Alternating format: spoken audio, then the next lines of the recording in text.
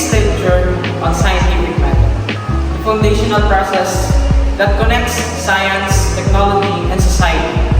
Understanding this method empowers us to approach real-world problems systematically and critically.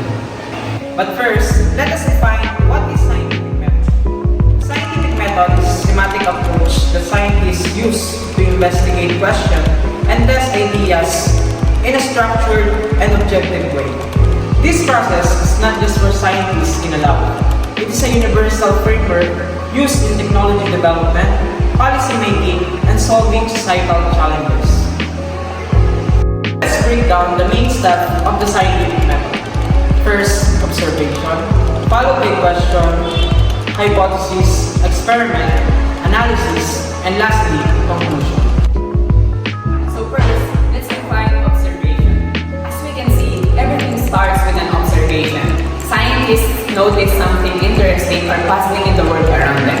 For example, take a look at the city for the air quality that worsens during certain months. Observations are the foundation for asking meaningful questions.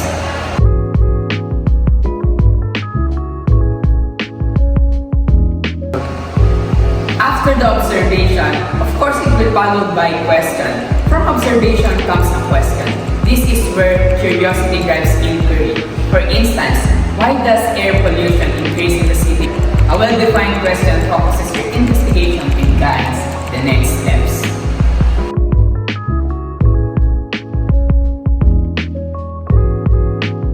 Next, we form a hypothesis, an educated guess or tentative explanation that can be tested.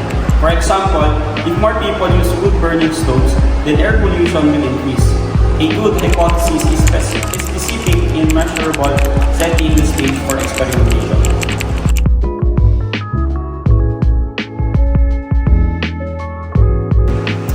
The next step is experiment. To test the hypothesis, we design and conduct an experiment. This involves collecting data under controlled conditions to minimize bias. For example, we might measure air quality in areas with and without wood-burning stoves. Repeatability and objectivity are crucial.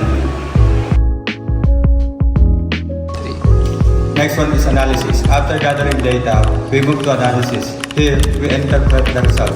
Do the data support hypothesis? Are there alternative explanations? Critical thinking and skepticism are essential, and peer review help validate findings.